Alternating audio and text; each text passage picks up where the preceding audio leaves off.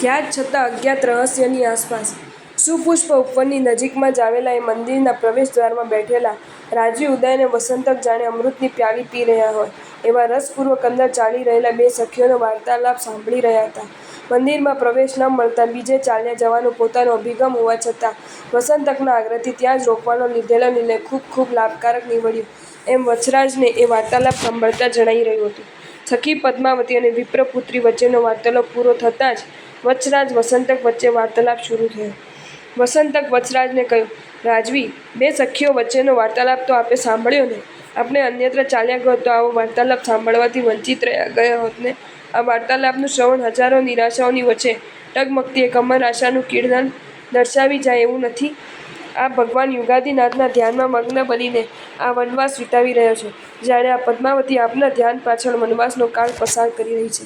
કેવો આ યોગાનુયોગ અને છતાં કેવી આ ચિત્ર વિચિત્રતા! સંસારી જેમ સાચું સુખ સામે જ હોવા છતાં એને ઓળખી શકતો નથી.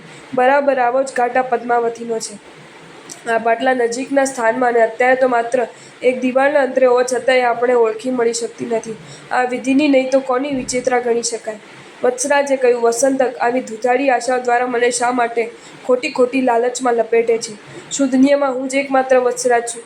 મારા જેવું નામ તો ઘણા ઘણાનું હોઈ શકે છે. માટે આ વાર્તાલાપમાં વર્ણિત વત્સરાજ બીજો જ કોઈ હોય એવી સંભાવના હોવાથી આમાં સાંત્વન પામવા જેવું શું છે? આ રીતે નામનું સમ્ય હોવાથી તારા જેવા મને ઠગવાનો અને ધૂતારી ધારણામાં આશાબદ્ધ બનાવવાનો પ્રયાસ ભલે કર, પણ એમાં ઠગાઈ જાય એમાંનો હું નથી. વત્સરાજને હજી વિશ્વાસ બેસતો ન હતો કે વાર્તાલાપમાં વર્ણિત વત્સરાજ હું જ છું. એથી આની સામે જવાબ વળતા સજ્જડ પુરાવો રજૂ કરતા વસંતકે કહ્યું, રાજવી, નામ સામ્ય હોવાની વાત એકવાર સ્વીકારી લઈએ તો એ ઘટના સામ્ય કઈ રીતે ઘટી શકે? આપણા જીવનમાં જે ઘટના બની બરાબર એવી જ ઘટના બીજાના જીવનમાં તો ન જ ઘટી શકે. માટે આપ વિશ્વાસ રાખો કે વાર્તાલાપમાં વર્ણિત વત્સરાજ આપના સિવાય બીજો કોઈ જ નથી.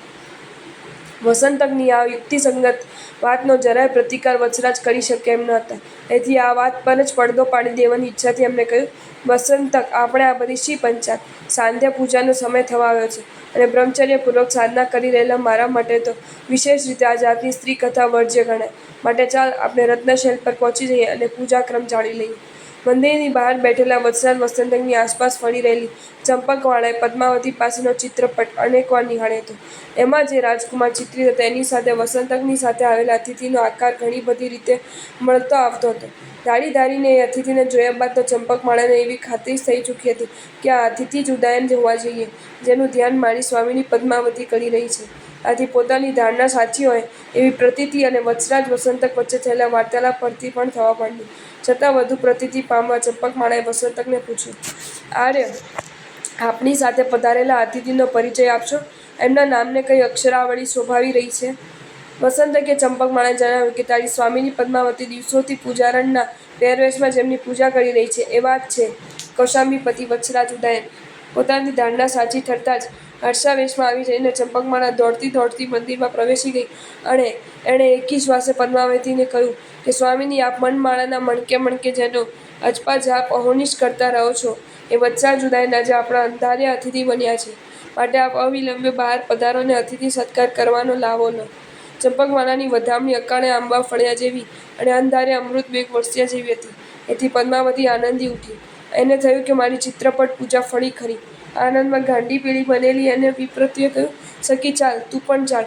વાર્તાલાપમાં વર્ણિત વત્સરાજ ઉદયન સાક્ષાત અતિથિ તરીકે અહીં આપણા આંગણે પધાર્યા છે. એનું સ્વાગત કરવા તું પણ મારી સાથે ચાલ.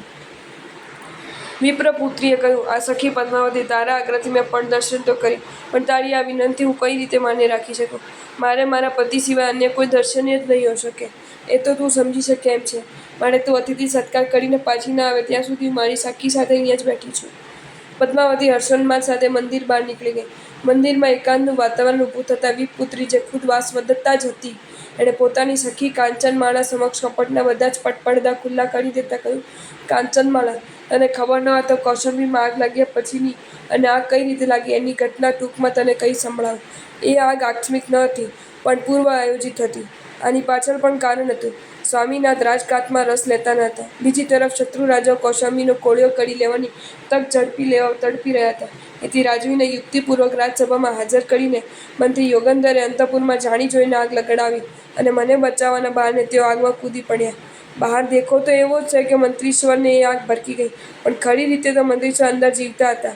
અંદર આવીને એમણે મને કહ્યું, દેવી, અત્યારે લાંબી ટૂંકી વાત કરવાનો અવસર નથી, માટે જીવ બચાવવો હોય તો મારી પાછળ ભાગી છૂટો. આ સાંભળીને તેને સાથે રાખીને હું મંત્રીશ્વરના પગલે પગલે નાસી છૂટી. ગુપ્ત માર્ગે આપણે બધા હેમખેર બહાર આવી ગયા. ગોજારી આ સ્મૃતિથી વાસવદત્તાની આંખ ભીની ભીની બની ગઈ. એથી પાલવથી આંખ લૂછી અને સખી કાંચનમાલાની સામે આ પછીની સ્મૃતિઓ વગોળતા કહ્યું, સખી, કેવી આ ગોજારી ઘટના! આગના કારણે તે દિવસે કેવો હાહાકાર ફેલાઈ ગયો હશે! આવા વિચારોથી વ્યગ્ન બનેલી હું મંત્રીની પાછળ પાછળ ચાલતી તારા તરફથી મળતી રહેલી સાંત્વનાના સાળે સાળે અહીં પદ્માવતીની આ સાધના ભૂમિ સુધી માંડ માંડ આવી. આજ સુધી તો મંત્રી વચન પરની શ્રદ્ધા અતૂટ રહી શકી છે, પણ આ પદ્માવતીની ઘટના સાંભળ્યા બાદ તો મારી મંત્રી ઉપરની શ્રદ્ધા ડગમગી ઉઠી છે.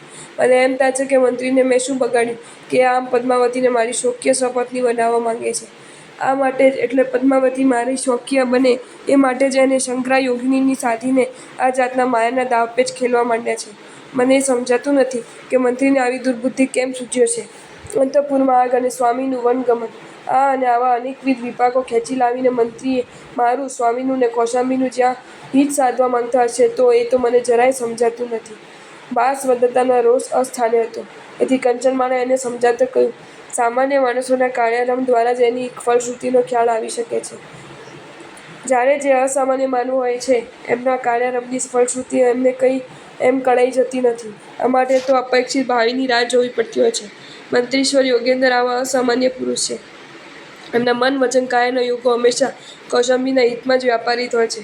માટે એમને ક્યાં લાભના આંખે સામે રાખીને આ બધી બુદ્ધિની બાજી ગોઠવી છે એનો આજે ને આજે જ ખ્યાલ ના આવે એ સ્વાભાવિક છે, પણ આ બાજી જરૂર શુભ ફળક જ હોવી જોઈએ એમ મંત્રીશ્વરની રાજ્ય તરફની સમર્પિતતા જોતા કહી શકાય.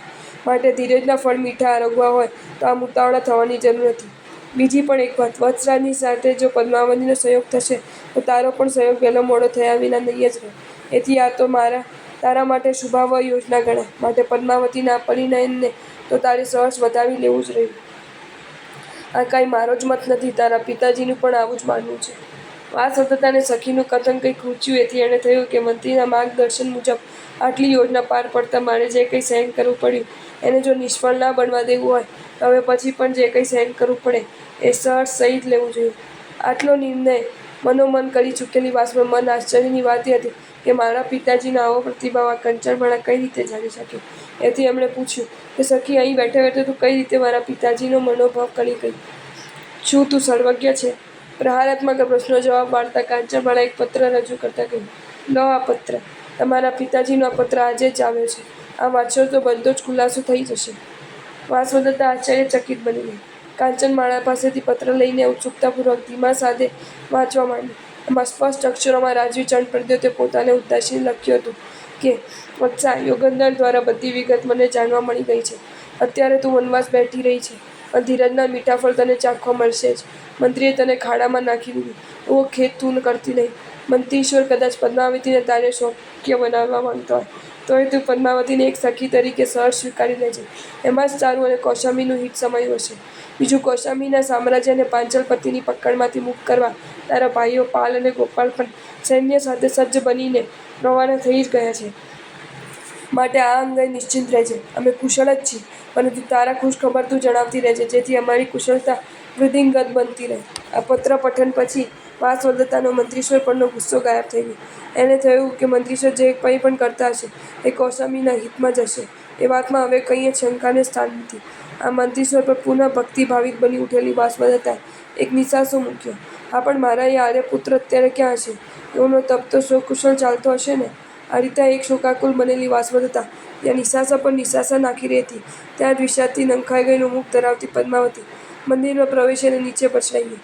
ક્ષણ પૂર્વે જ અતિથિ સત્કાર માટે નાચતી નાચતી બહાર ગયેલી પદ્માવતી આ રીતે એકાએક કેમ ભાંગી પડી હશે?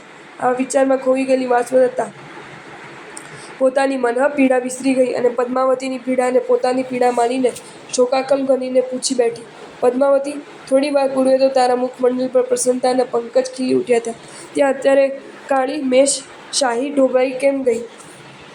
પદ્માવતી ખૂબ ખૂબ આશા સાથે કંચનમાળાની સાથે મંદિરની બહાર આવી તો ખરી, પણ જ્યાં તેને અતિથિ તરીકે પધરાયેલા વત્સરાજ ઉદયને નિહાળે ત્યાં જે કોઈ ઘેબી દુનિયામાં ખોવાઈ જઈને વિચારી રહે, ઓહ, આ તો મારી પાસે રહેલા ચિત્રપટમાં ચિત્રિત અતિથિ જ લાગે છે.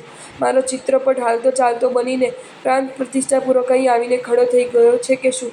આ ચિત્રપટના આધારે વિધાતાએ આ અતિથિનો દેહાકાર ઘડ્યો હશે કે અતિથિને સામે રાખીને યોગિની દ્વારા આ ચિત્રપટ આલેખાયો હશે? આ જાતના વિચાર બોજ અસહ્ય બનતા પદ્માવતી થાંભલાની જેમ બધ બની ગઈ. એક ડગલું પણ આગળ વધવાની શક્તિ પદ્માવતી ખોઈ બેઠી. એની આંખ પર નિર્નિમેષ બની ગઈ. આ બધી પ્રેમ આસ્થાનો પરિપાક સૂચવતી નિશાની હતી. વત્સરાજને જોતાં જ પદ્માવતી આવી અગમ્ય દશાનો ભોગ થઈ પડી. તો બીજી તરફ વત્સરાજ ઉદયની પરિસ્થિતિ કંઈ આથી વધુ સારી નહોતી. વત્સરાજની દ્રષ્ટિ પદ્માવતી પડતાની સાથે જ તે વિચારી રહી કે શું સાક્ષાત વનદેવી જ મારી સામે ઊભી છે? અથવા શું મારી પ્રિય વાસવદત્તા જ રૂપાંતર ધારણ કરીને મને હૈયાદરણ આપવા અહીં અવતરી હશે? પદ્માવતીના બાને વાસવદત્તાની સ્મૃતિ થતાં જ વત્સરાજ કોઈ નવી દુનિયામાં ઉતરી પડ્યા. પોતાની સામે જ ઊભેલી પદ્માવતીની ઉપસ્થિતિને જાણે ભૂલી બેઠા અને વાસવદત્તા વસંતકની સમક્ષ મુક્ત કંઠે રડતા રહેતા એવો પ્રેમાલાપ કરી રહ્યા. દેવી, મારા પર સિક્તતા ધરાવતી તું આગમાં તરત જ ઓગળી ગઈ. જ્યારે હું કેવો લુખ્ખો નીવડ્યો કે તારો વિરહાગ્નિ હજી મને બાળી શકતો નથી. તારા વિનાનું ફળ ફૂલોથી લચ્છી પડેલું આ ઉદ્યાન પણ મારા માટે મરુભૂમિના રણપ્રદેશ જેવું જ છે. પદ્માવતી જોતી જ રહી. વત્સરાજ મુક્ત કંઠે રડતા જ રહ્યા અને એવો પ્રલાપ કરતા રહ્યા. એમની સાથે આતિથ્ય ધર્મ અદા કરવા પદ્માવતી અડધ્યત લઈને ખડી જ હતી. એની યાદ અપાવતા વસંતકે કહ્યું, રાજવી, જ્ઞાનીના વચન ઉપર વિશ્વાસ રાખો. દેવી વાસવદત્તાનો આ ભેટો તો થવાનો જ છે. જુઓ, આ પદ્માવતી અર્ધ્યાંજલિ સાથે આપની સામે ક્યારની ઊભી છે. એની તરફ નજર તો કરો ને એનું આતિથ્ય સ્વીકારવાનું ઔચિત્ય તો દખાવો. વસંતકની વાત સાંભળીને વત્સરાજ કંઈક સજાગ બનીને પોતાની પાગલપ્રાય સ્વપ્ન સૃષ્ટિમાંથી બહાર આવ્યા. એમણે વસંતકને કહ્યું, આ જાતનો વનવાસ એ પણ એક તપ જ છે. આ તપની સિદ્ધિરૂપે મારી દેવી લાભ પામવો છે. હવે જો હું આ પદ્માવતીનું અર્ધ્ય સ્વીકારી લઉં તો મારો આ તપ કઈ રીતે ફળે? માટે તપનું આવું અધૂરું ફળ મેળવીને સંતોષાઈ જવાનું મને પાળવે એમ નથી. વળી આજે સિદ્ધિસૂચક દિવસ છે અને સાંધ્ય પૂજા તો હજી બાકી જ છે. વચમાં વળી કયું વિઘ્ન આવી ગયું? વસંતક, આવા લોભામણા વિઘ્નમાં લોભાવાનું ન હોય. માટે ચાલ આપણે આપણા સાધના સ્થળમાં પહોંચી જઈએ અને સાધના ક્રમને અખંડિત જ રાખીએ. વત્સરાજે જવાબ વાળ્યો અને વળતી જ પળે વસંતકનો હાથ ખેંચીને એમણે પોતાના સાધના સ્થળ તરફ ચાલવા માંડ્યું. ઘણી આશા સાથે આવીને ઊભેલી પદ્માવતીને બધા જ અરમાન માટીમાં મળી ગયા. મનના માનીતા એ વત્સરાજ આવ્યા તો ખરા, પણ બોલ્યા વિના જ ચાલ્યા ગયા. આનો તીવ્ર આઘાત અનુભવતી પદ્માવતી સાવ હતાશ બની ગઈ. એક ડગલું પણ ચાલવાની શક્તિ એ ખોઈ બેઠી. ત્યારે એનો હાથ જાણીને એને ચંપકમાળા મંદિરમાં માંડ માંડ લઈ ગઈ. મંદિરના એ ભાગમાં વિપ્રપુત્રીની સાથે પદ્માવતીની શોકો ખુલતા ભળતા વાતાવરણ અત્યંત ગંભીર અને ગમગીન બની ગયું. ભૂખ્યાને ભાવતા ભોજન થાળ મળ્યા બાદ કોળિયાનો પણ આસ્વાદ માણ્યા વિના એ થાળ ચૂંટવાઈ જાય અને જેવી ગ્લાનિ અનુભવાય એવી ગ્લાનિમાં ગળાડૂબ બની ગયેલી વિપ્રપુત્રી અને પદ્માવતી આ બેમાંથી કોને કોની ખબર અંતર પૂછે અને કોણ કોને સહાનુભૂતિ સાંત્વના આપે? આમ છતાં ચંપકમાળા પાસેથી બધી વિગત જાણીને વિપ્રપુત્રીએ પદ્માવતીને સાંત્વના આપતા કહ્યું, સખી, અધીરાઈ કડવા ફળ પણ આપી શકતું નથી અને ધીરજના ફળ હંમેશા મધ જેવા મીઠા હોય છે.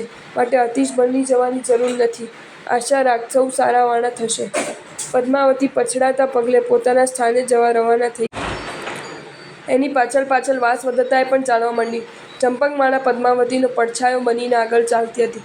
પોતાના પડછાયા તરીકે ગોઠવાઈ જઈને કંચનમાળા પાછળ પાછળ જાતી હતી. એક સ્થળે જરાક થોભી જઈને વાસવદત્તાને કાંચનમાળાએ કહ્યું, સખી, મારી કેવી કડવી ફરજ અદા કરવાનો સમય આવ્યો છે. બધું રહસ્ય હું જાણું છું. આ રહસ્ય પરથી પડદો ઉઠાવી દઉં તો અત્યારે જ વત્સરાજના અંધાર ઘેર્યા જીવનમાં સૂર્યપ્રકાશ ઉઠે. આ પદ્માવતીને પણ પોતાનું પ્રિય પત્ર મળી જાય. તેમજ મારા જીવનમાં પણ ઉલ્લાસનો રાસ રંગ જામ્યું જાય. પણ હું શું કરું? મંત્રી યોગંધરે મને બાંધી લીધી છે.